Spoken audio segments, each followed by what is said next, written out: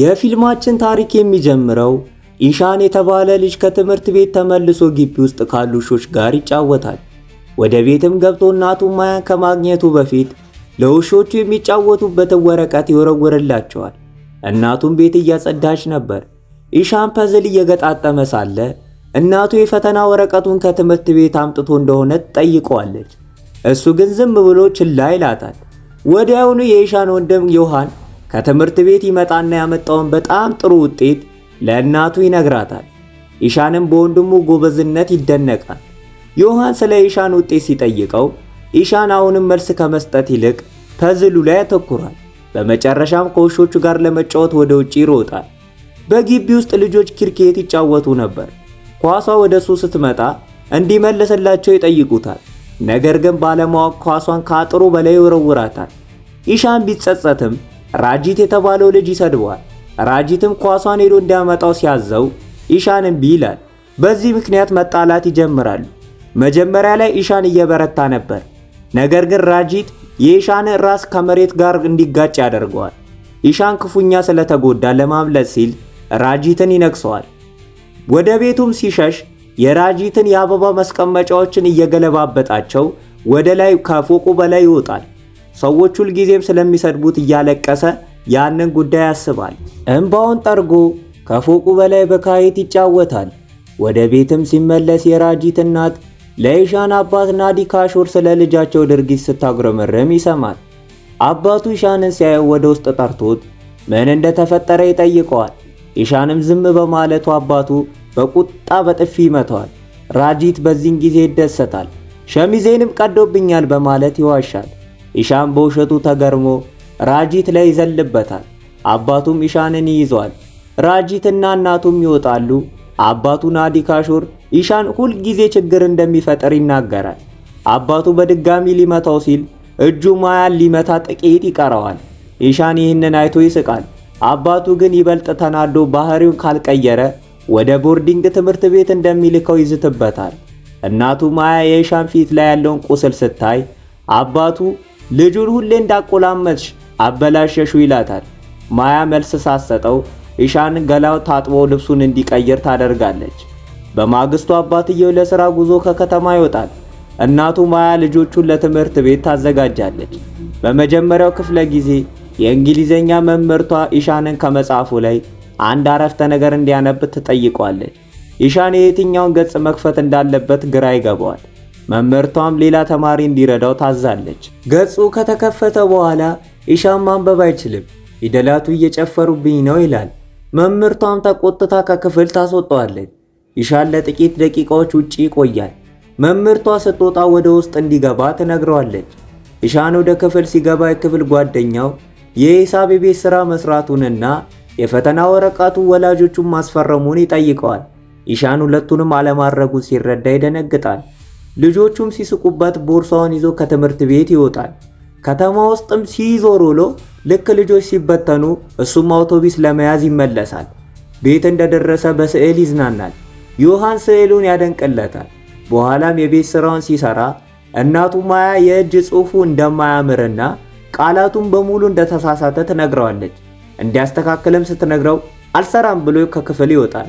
በዚያው ምሽት ከትምህርት ቤት እንደወጣ ለዮሐን ይነግረዋል። ዮሐንም ይገረማል፣ ይቆጣዋልም።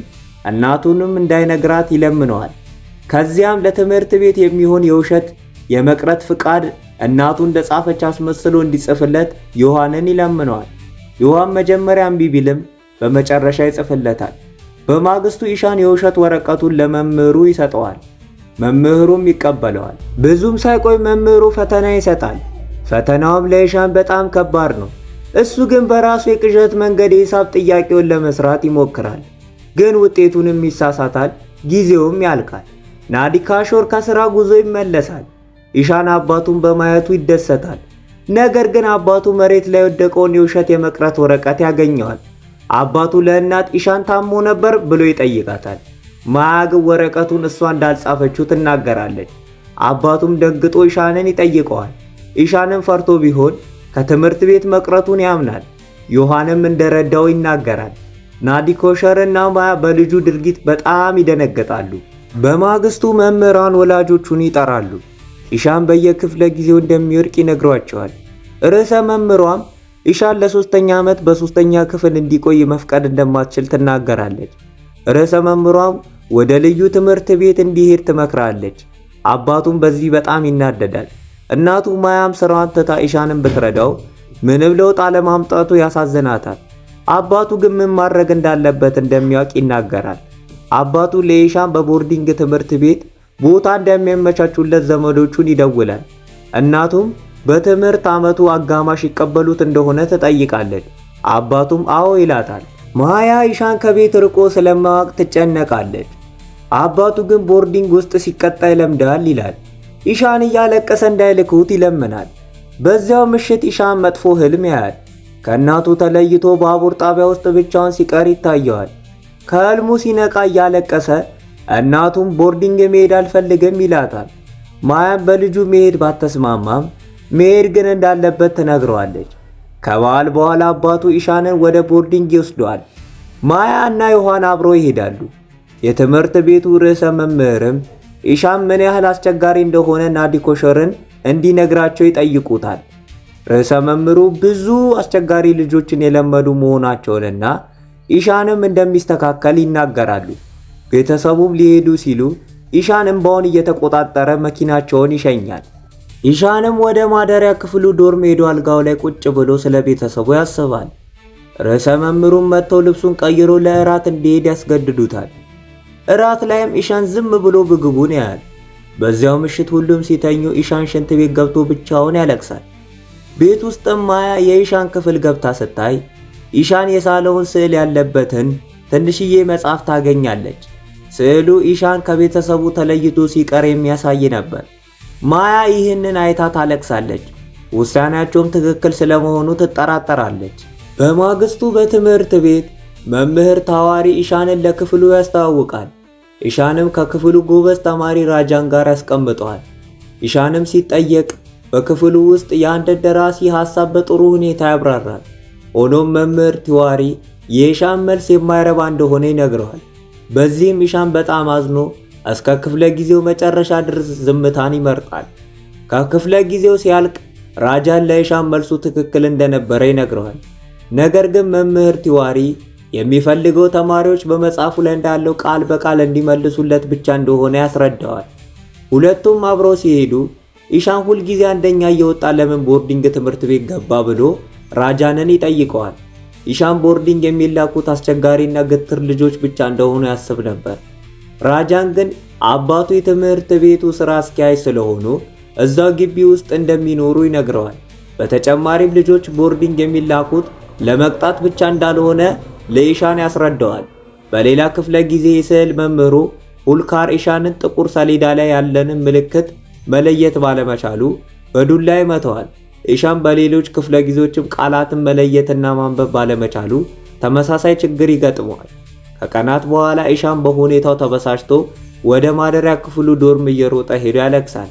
በዚህ መሃል አባቱ ናዲኮሸርና እናቱ ማያ እና ወንድሙ ዮሐን ሊጠይቁት መጥተው ነበር።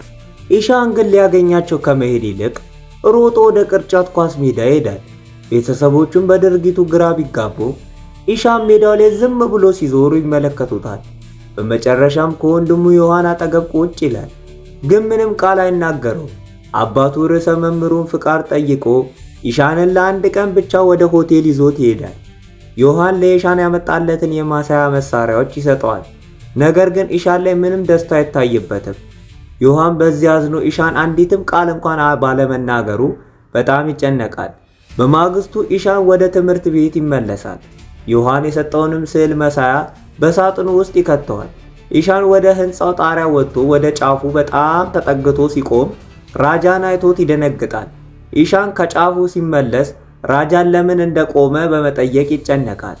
ራጃን መምህር ሁልካር ለተወሰነ ጊዜ ስለማይኖር አዲስ ተለዋጭ የስዕል መምህር መምጣቱን ይነግረዋል። አዲሱ መምህር ራም እንደ ኮሜዲያን ለብሶ እየተጫወተ ወደ ክፍሉ ይገባል። ሌሎች ተማሪዎች መምህሩ ቢደሰቱም ኢሻን ግን ምንም ስሜት ሳይኖረው ዝም ብሎ ይቀመጣል። መምህር ራም ልጆቹን በአእምሯቸው የመጣውን ማንኛውም ነገር እንዲስሉ ይነግራቸዋል። ራም የተማሪዎቹን ስራ ሲመለከት ኢሻን ምንም ሳይስል ባዶ ወረቀት ይዞ መቀመጡን ያስተውላል። ራም ኢሻንን ሐሳብ እያሰበ ነው በቃ በሚል ይተወዋል። ነገር ግን ክፍለ ጊዜው ሊያልቅ ሲል አሁንም ኢሻን ምንም አለመሳሉን ሲያይ ይገረማል። ራም ኢሻንን ችግር አለ ብሎ ቢጠይቀውም ኢሻን ዝም ይላል። ስሙንም ሲጠይቀው መልስ አይሰጠውም። ራጃን ግን የኢሻንን ስም ለቲቸሩ ይነግረዋል።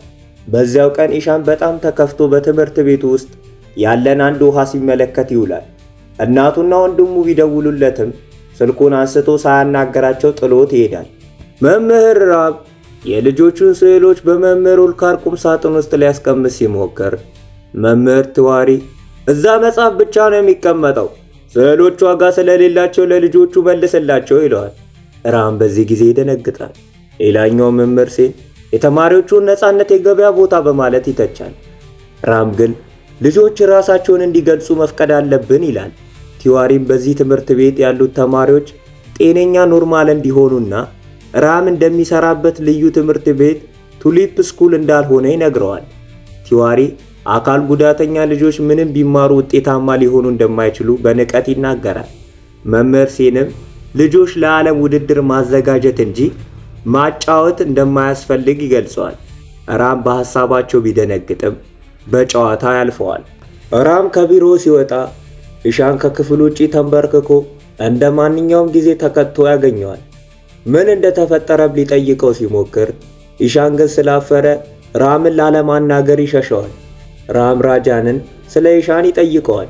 ራጃን ኢሻን ቦርዲንግ መቆየት ስላልፈለገ ባህሪው እንደተቀየረና ምንም እንኳን ጥረት ቢያደርግም ማንበብና መጻፍ እንደሚቸገረው ይነግረዋል። ራም በነገሩ ተጨንቆ የኢሻንን ደብተሮች ይመረምራል። በኢሻን አጻጻፍ ላይ አንድ አይነት ስህተት መደጋገሙን አንድ ፓተርን ያስተውላል። በዚህም የኢሻን ችግር የልጁ ስንፍና ሳይሆን የጤና ሁኔታ ሊሆን እንደሚችል ተረዳ። መምህር ራም ወደሚሰራበት ቱሊፕ ልዩ ትምህርት ቤት ሄዶ ልጆቹን ይረዳል። ልጆቹንም እያየ በስሜት ይነካል። ራጃን አጠገብ እንዲቀመጥም ይደረጋል። ራም የሰውን ልጅ ውስጣዊ ውበት ማየት ስለማይችል ከጭራቅ የከፋ ነው ይላል። ለጓደኛው ጃቢን ስለ ኢሻን ሁኔታ ይነግራታል። ኢሻን በጣም ተጨንቆ ዲፕረስድ ስለሆነ እና አይኖቹ እርዳታ እየጠየቁ ስለሆነ እንደሚፈራለት ይገልጽላታል። በማግስቱ ራም የኢሻንን ወላጆች ቤት ይሄዳል። የኢሻን የድሮ ደብተሮችን አይቶ አሁንም ያንኑ ዲሌክሲያ የተባሉን የፊደል መለያየት ችግር መኖሩን ያረጋግጣል። ራም በአንዱ ደብተር ውስጥ ያገኘውን ስዕል ሲያይ ይደነግጣል። ማያ ኢሻን የሳለው እንደሆነ ትነግረዋለች። ወደ ኢሻንም ክፍል ወስዳ የሳላቸውን ስዕሎች በሙሉ ታሳየዋለች። ኢሻን ከቤተሰቡ ተለይቶ ሲቀር የሚያሳየውን ስዕል ሲያይ ራም በጣም ያዝናል። ራም ለምን ወደ ቦርዲንግ ላካችሁት ብሎ ይጠይቃል። አባቱ ትምህርት ስለማይችልና ስለማይታዘዝ ይላል። ራም ግን ምክንያቱን ሳይሆን ምልክቱን ነው የምትነግረኝ በማለት እውነተኛውን ምክንያት የፊደላት መለየት ችግር እንደሆነ ያስረዳቸዋል። ራም ለእናቱ የኢሻንን ስህተቶች እያሳየ ልጁ ፊደላት የመለየት ችግር ዲያሌክሲ እንዳለበት ይነግራቸዋል። አባትየው ግን ይህ ለደካማ ውጤቱ ሰበብ ነው ይላል። ራም በካርቶን ላይ ያለ የቻይናኛ ጽሑፍ ለአባትየው እንዲያነብ ይሰጠዋል። አባትየው አልችልም ሲል ራም ይቆጣዋል። አንብብ ይለዋል። አባትየው በዚህን ጊዜ ኢሻን የሚሰማውን ስሜት ይረዳል። ራም ኢሻን የሚገጥመውም ይህ ነው፣ ይህንን ለመሸፈን ነው ግትር የሚሆነው ይላል። ራም ከኢሻን ስዕሎች በመነሳት ልጁ ብሩህ አእምሮ እንዳለው ይናገራል። አባቱ ግን በስዕል ብቻ በዚህ ዓለም አይወዳደርም ይላል። ራም ለልጆቹ የተለየ ህልም እንዳላቸው፣ እናንተ ግን በግዴታ የራሳችሁን ሐሳብ ስትጭኑባቸው ትሰብሯቸዋላችሁ ይላል። ራም ከሄደ በኋላ እናቱ ማያ የኢሻንን የልጅነት ቪዲዮዎች እያየች ታለቅሳለች። ራም ለጃቢን ስለ ኢሻን አባት ንግግር ይነግራታል። አባትየው ልጁን ሽንፈተኛ ለማስመሰል መሞከሩ በጣም እንዳናደደው ይናገራል። በማግስቱ ትምህርት ቤት ራም ለኢሻን የድሮ የስዕል ደብተሩን ያሳየዋል። ኢሻንም ራም እንዴት እንዳገኘው ይገረማል። ከዚያም ራም ለክፍሉ ተማሪዎች እንደ አልበርት ኢንስታይን እና ቶማስ ኤዲሰን ያሉ ታላላቅ ሰዎች በልጅነታቸው ማንበብና መጻፍ ይቸገሩ እንደነበረ ይነግራቸዋል። ኢሻን ታሪኩን በደስታ ይከታተላል። ራም እነዚህ ታላላቅ ሰዎች በልጅነታቸው ቢሰደቡም በኋላ ግን ዓለምን እንደቀየሩ ያስረዳቸዋል። በዚያ ቀን ለእነዚህ ሰዎች መታሰቢያ እንዲሆን የሚፈልጉትን ነገር እንዲሰሩ ያዛቸዋል። ራም ኢሻንን ለብቻውን ጠርቶ አንድ ያልጠቀስኩልህ ሰው አለ፣ እሱም እኔ ነኝ ይለዋል። ራም እሱ ራሱ በልጅነቱ ማንበብና መጻፍ ይቸገር እንደነበርና አባቱ አትረባም ይለው እንደነበር ይነግረዋል። ኢሻን ራም ቤቱ ሄዶ እንደነበር ይጠይቀዋል። ራምም አዎ ይለዋል። ተማሪዎቹ የተለያዩ ነገሮችን ይሰራሉ። የኢሻን ከእንጨት የተሰራችው ትንሽዬ ታንኳ ግን ሁሉንም ተማሪዎች ያስደንቃል። ራም ወደ ርዕሰ መምህሩ ሄዶ ኢሻን በቃል እንዲፈተን ይጠይቀዋል። ርዕሰ መምህሩ መጀመሪያ ጥርጣሬ ቢኖርባቸውም ራም ኢሻን ማንበብና መጻፍ እስኪለምድ ድረስ እንዲያግዘው ይፈቅዱለታል። ራም ኢሻንን ለብቻው ማስተማር ይጀምራል። ኢሻንም ቀስ በቀስ እየተሻሻለ ይሄዳል። ራም በትምህርት ቤቱ የስዕል ውድድር እንዲያካሄድ ፍቃድ ያገኛል። አባትየው ናዲ ካሾር ትምህርት ቤት ይመጣል። ለራም ባለቤቴ ስለ ዲክሊያሲያ እያጠናች ነው፣ ለልጃችንም እንደምናስብ እንድታቀለን ነው ይለዋል። ራም ግን ስለ በሽታው በማወቅ ምንም አታረጋግጥም ይለዋል። አባቱም ሊወጣ ሲል ራም አንድ ተረት ይነግረዋል። በአንድ ጎሳ ውስጥ አንድ ዛፍ መቁረጥ ሲፈልጉ ዛፉን አይቆርጡትም፣ በምትኩ ዛፉ ስር ቆሞ ይረግሙታል፣ ዛፉን በራሱ ይደርቃል ይለዋል። አባትየው በልጁ ላይ ያደረሰውን በደል ተረድቶ ያዝናል። የዛን ሰዓትም ይሄዳል። በውድድሩ ቀን ኢሻን ማለዳ ተነስቶ ይዘጋጃል። ራም ኢሻን ገና አለመምጣቱን አይቶ ቢጨነቅም እንደሚመጣ ግን ተስፋ ያደርጋል። ውድድሩ ይጀምራል። ኢሻን በድንገት ይመጣል። ራም በጣም ደስ ይለዋል። ኢሻን ወንድሙ የሰጠውን መሳያ ይዞ መሳል ይጀምራል። ኢሻን ስዕሉንም ያስረክባል። የራምን ስዕል ለማየት ሲሄድ ግን ራም የሳለው የኢሻንን ፊት መሆኑን ያያል። በዚህም በስሜት ይነካል። ርዕሰ መምህሩ መድረክ ላይ ወጥተው ራም ቋሚ መምህር መሆኑን ያውጃሉ። በመቀጠልም አሸናፊውን ይፋ ያደርጋሉ። ኢሻን አንደኛ ሲወጣ ራም ደግሞ ሁለተኛ ይወጣል። ኢሻን ማሸነፉን ማመን ያቅተዋል። ጓደኞቹም አበረታተው ሽልማቱን ይቀበላል። በደስታም ሮጦ ራምን ያቅፈዋል። ሁለቱም ያለቅሳሉ። የኢሻን ወላጆች እሱን ለመውሰድ ይመጣሉ። ርዕሰ መምህሩ የኢሻን ስዕል በትምህርት ቤቱ መጽሔት ሽፋን ላይ መውጣቱን ያሳያቸዋል። ኢሻን በጣም ጎበዝ ልጅ ነውም ይላቸዋል። መምህራኑ ኢሻን በጣም እንደተለወጠ ይነግራቸዋል። እናቱ ማያ መምህራኑ ስታመሰግን ምስጋናው ለራም ይገባል ይላታል።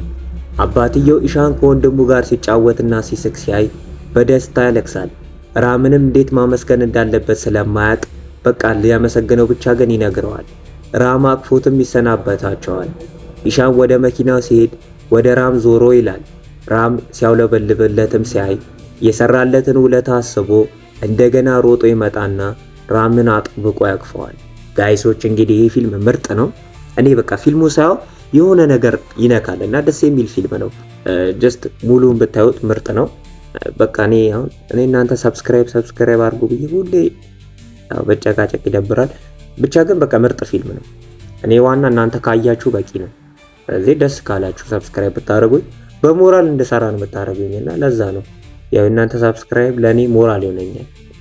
ለእናንተ ቀላል ነው፣ አንድ ክሊክ ማድረግ ነው። ላይክ ማድረግ ደግሞ እንዳይረሳ።